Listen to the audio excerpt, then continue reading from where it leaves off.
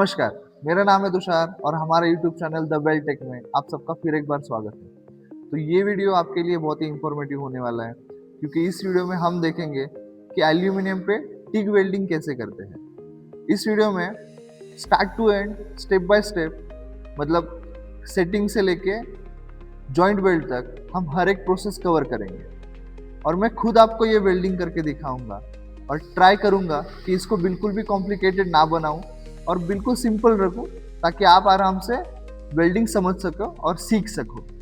तो practical session start करने से पहले हम एल्यूमिनियम के स्पेसिफिकेशन समझते हैं। तो एल्यूमिनियम वेल्डिंग करना स्टील वेल्डिंग करने से बहुत अलग होता है और बहुत मुश्किल होता है। उसके कुछ रीजंस है, जैसे कि एल्यूमिनियम की हीट कंडक्टिविटी बहुत ज़्यादा होती है और एल्यूमिनियम के ऊपर एक ऑक्साइड का लेयर होता है जो कि एल्यूमिनियम अगर ऑक्सीजन के कांटेक्ट में आ जाए तो अपने ऊपर एक ऑक्साइड का लेयर बना लेता है जिसका मेल्टिंग पॉइंट बहुत हाई होता है, अराउंड 2000 डिग्री सेल्सियस उसका मेल्टिंग पॉइंट होता है, जबकि एल्यूमिनियम का मेल्टिंग पॉइंट 660 डिग्री सेल्सियस होता है। तो इसी कारण हम एल्यूमिनियम वेल्डिंग करते समय अल्टरनेटिव करंट यूज करते हैं क्योंकि डायरेक्ट करंट इतना हीट प्रोड्यूस नहीं कर पाता है और अगर हम स्टील वेल्डिंग करें तो उसमें डायरेक्ट करंट यूज करते हैं। तो अगर हमने एल्यूमिनियम वेल्डिंग करते समय डायरेक्ट करंट यूज किया तो वो ज़्यादा हीट प्रोड्यूस नहीं कर पाएगा और ऑक्साइड लेयर ब्रेक करने से पहले वो एल्यूमिनियम मेल्ट कर देगा, जिसकी वजह से एल्यूमिनियम फैल जाएगा और कंटामिनेटेड जॉइंट प्रोड्यूस करेगा और वो पेनिट्रेट भी अच्छे से नहीं कर पाएगा। और AC alternative current electrical polarity rapidly switch करता है इलेक्ट्रोड और वर्क पीस के बीच में। तो जब हाफ साइकिल में इलेक्ट्रोड पॉजिटिव होता है तो वो हमें ऑक्साइड लेवल ब्रेक करने के लिए मदद करता है और वेल्ड एरिया क्लीन करता है, और जब अगले हाफ साइकिल में इलेक्ट्रोड निगेटिव होता है तो वो हमें फोकस आर्क जनरेट करने में मदद करता है जिससे कि मटेरियल अच्छे से फ्यूज होता है और हमें अच्छा पेनिट्रेशन मिलता है। तो इस वजह से हम एल्यूमिनियम वेल्डिंग करते समय अल्टरनेटिव करंट यूज करते हैं। तो अभी हम प्रैक्टिकल सेशन देखते हैं।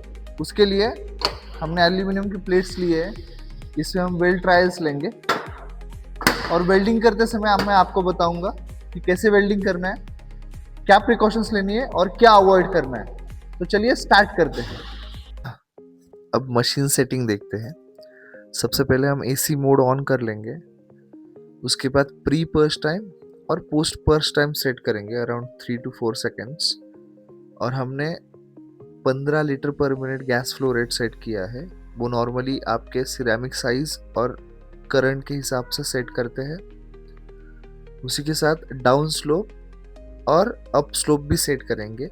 अप स्लोप स्टार्ट में करंट मैनेज करने में हेल्प करता है और डाउन स्लोप की वजह से हम क्रेटर अच्छे से फील कर पाते हैं। उसी के साथ हमें जितना चाहिए उतना हम करंट सेट करेंगे अपने रिक्वायरमेंट के हिसाब से। मैं आगे आपको बताते जाऊंगा।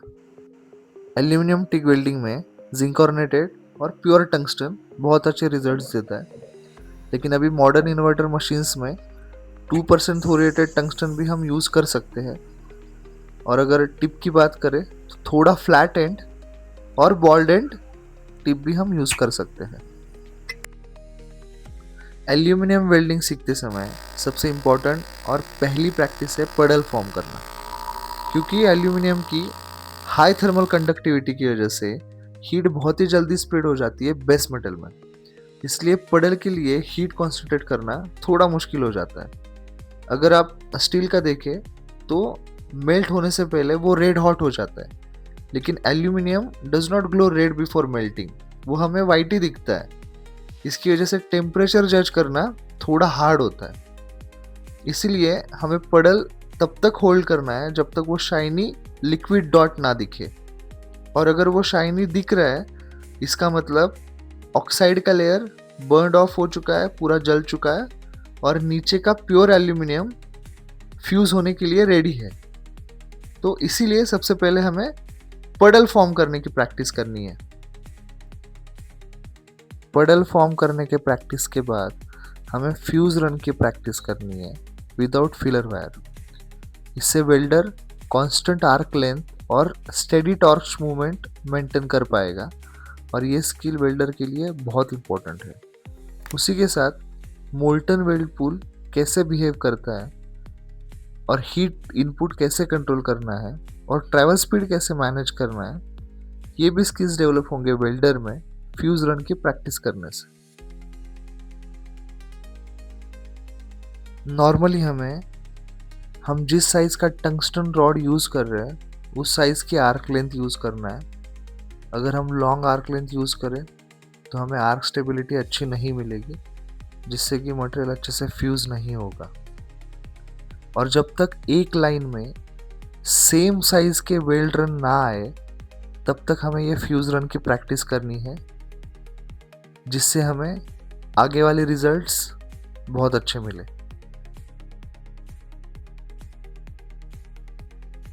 नेक्स्ट स्टेप में हम फ्यूज रन में फिलर वायर ऐड करके रन कंप्लीट करेंगे।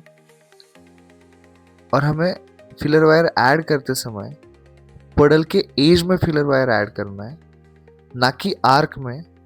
अगर आप आर्क में फिलर वायर ऐड करोगे तो आप यहाँ पे देख सकते हो ऐसे प्रॉब्लम्स आएंगे वेल्डिंग करते समय, और फिलर मेटल और बेस मेटल अच्छे से फ्यूज नहीं होगा एक दूसरे के साथ। हमने यहाँ पे 2.4 mm डायमीटर का फिलर रॉड लिया है, और हमेशा वेल्डिंग से पहले रॉड और बेस मेटल क्लीन करें। आप यहाँ पे देख सकते हो जैसे ही पडल क्रिएट हो जाए तो हमें टॉर्क स्पीड और फिलर स्पीड मेंटेन करना चाहिए, जिससे हमें स्मूथ फिनिश मिलेगा वेल्ड रन में। और हमेशा फिलर टिप को शील्डिंग गैस के एरिया में रखें, क्योंकि मोल्टन टिप अगर ऑक्सीजन के कांटेक्ट में आ जाए तो ऑक्सीडेशन हो सकता है। टॉर्च एंगल हमेशा मेंटेन करें जिससे गैस फ्लो डिस्टर्ब ना हो, और आप वेल्डिंग करते समय वेल्ड पडल को अच्छे से देख पाए। और हमेशा कंफर्टेबल पोजीशन में वेल्डिंग करें, जिससे आपको कांस्टेंट आर्क लेंथ और टॉर्च एंगल मेंटेन करने में मदद हो। जैसे जैसे हम इस प्लेट पे वेल्डिंग करते जा रहे हैं वैसे ये गर्म हो रहा है, और इसकी वजह से हमें हमारा ट्रैवल स्पीड और फिलर मेटल स्पीड भी बढ़ाना पड़ रहा है।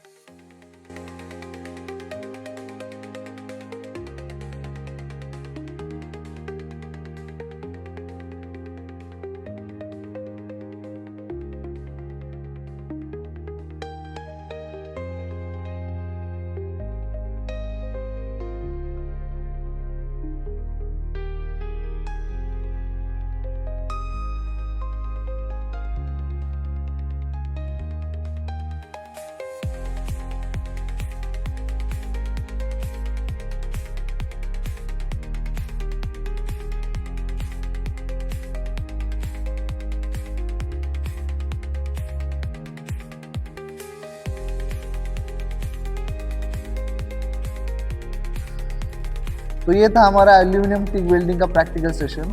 हैंड्स ऑन ट्रेनिंग और प्रैक्टिस की मदद से आप एल्यूमिनियम वेल्डिंग में और बेहतर हो सकते हो, और ये वीडियो आपको इसमें ज़रूर मदद करेगा। अगर ये वीडियो इन्फॉर्मेटिव लगा होगा तो अपने दोस्तों के साथ शेयर करो, हमारे चैनल को सब्सक्राइब करो, ताकि ऐसे और वीडियोज़ हम आपके लिए लाते रहें। Thank you.